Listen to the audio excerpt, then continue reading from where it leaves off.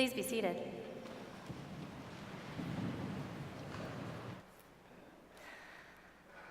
I love today's gospel passage so much. I almost think that just a retelling of John's witness of this first public sign of Jesus would be sermon enough.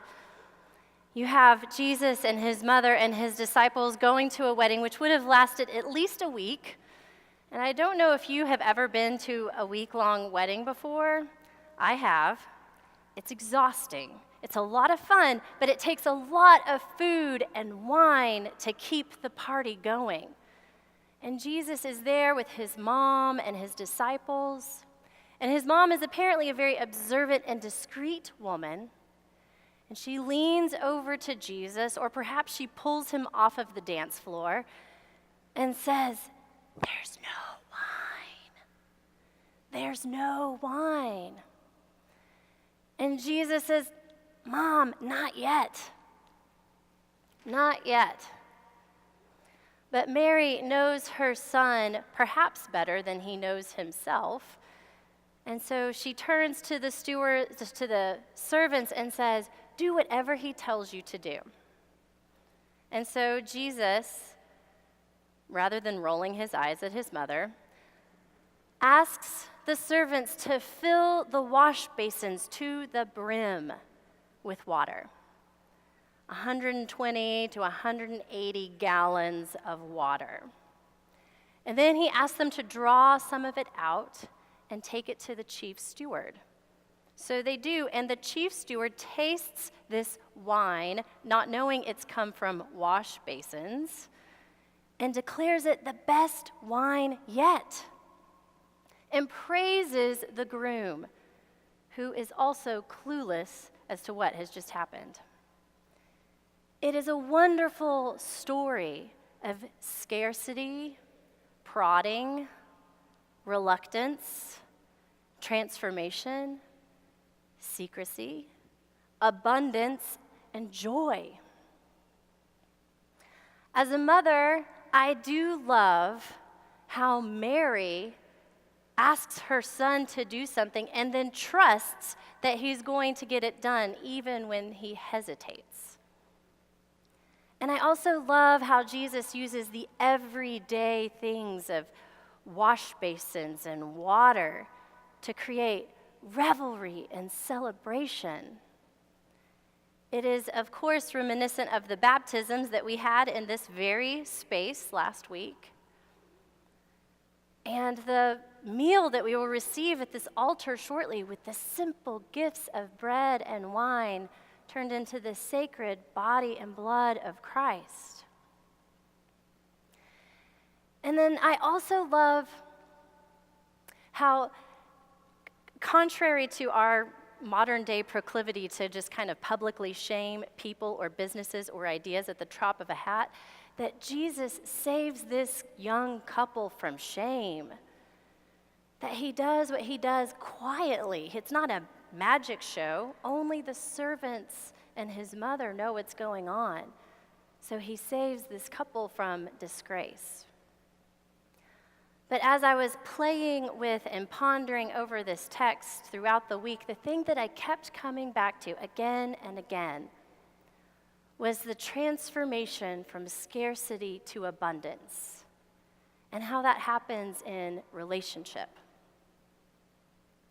It made me think of a recent trip that Deacon Juan and I took last month to El Paso and Juarez, Mexico.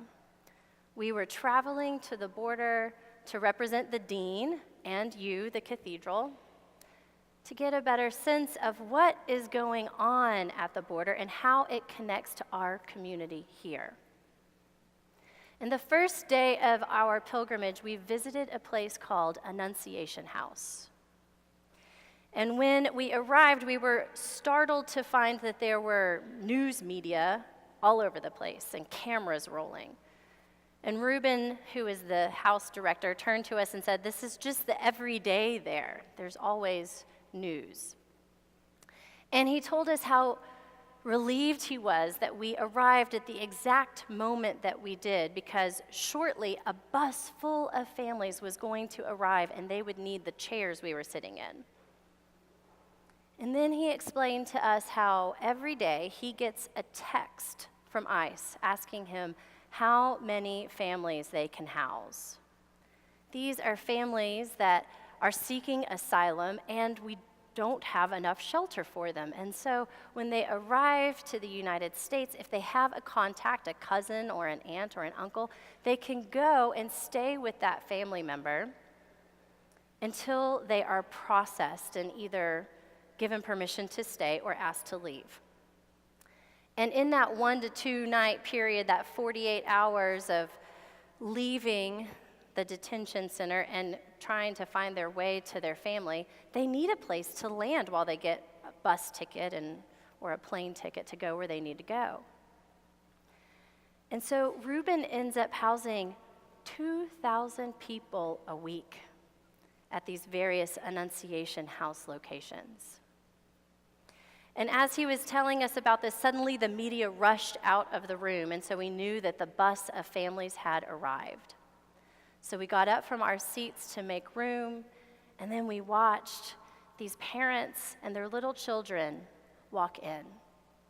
It was the most sobering moment. And then a little girl with a skip in her step looked up to us with this radiant face and said, "Hola!" Transformation from scarcity to abundance, joy. And Reuben could be going to the border and protesting over what I imagine he disagrees with as immigration policies, but instead, he has formed relationships with ICE and with Central Border Patrol. He has formed relationships with people who also value safety and security, the same safety and security that these families seeking asylum come here for. We are more alike than we are different, and Reuben has found this in relationship. He has been transformed, and he is transforming lives because of the relationships that he has chosen to enter into. And scarcity becomes abundance. I think of all the relationships that I have had, and perhaps you have had, that have transformed me. Perhaps you used to be uncomfortable with the idea of same-sex marriage until your favorite niece invited you to her wedding. Or maybe you thought that all conservatives were cold-hearted or all liberals were snowflakes until that mentor of yours voted differently than you did. Or maybe you always thought that religion was a sham, and yet here you are. Or perhaps you grew up in the church, but always were taught that women are not meant to speak out or lead, and yet again, here you are. There are so many ways that relationships have transformed my life from a posture of scarcity, skepticism, emptiness, anger, and even hate, to a posture of love and acceptance and abundance and joy. It's something that the Reverend Dr. Martin Luther King and the beloved community certainly taught us about. And so my prayer for us this week is to love boldly, not just to love comfortably. In a few moments, our celebrant, Bill, will give the offertory sentence, and he may or may not use the phrase walk in love, as Christ loved us, I don't know.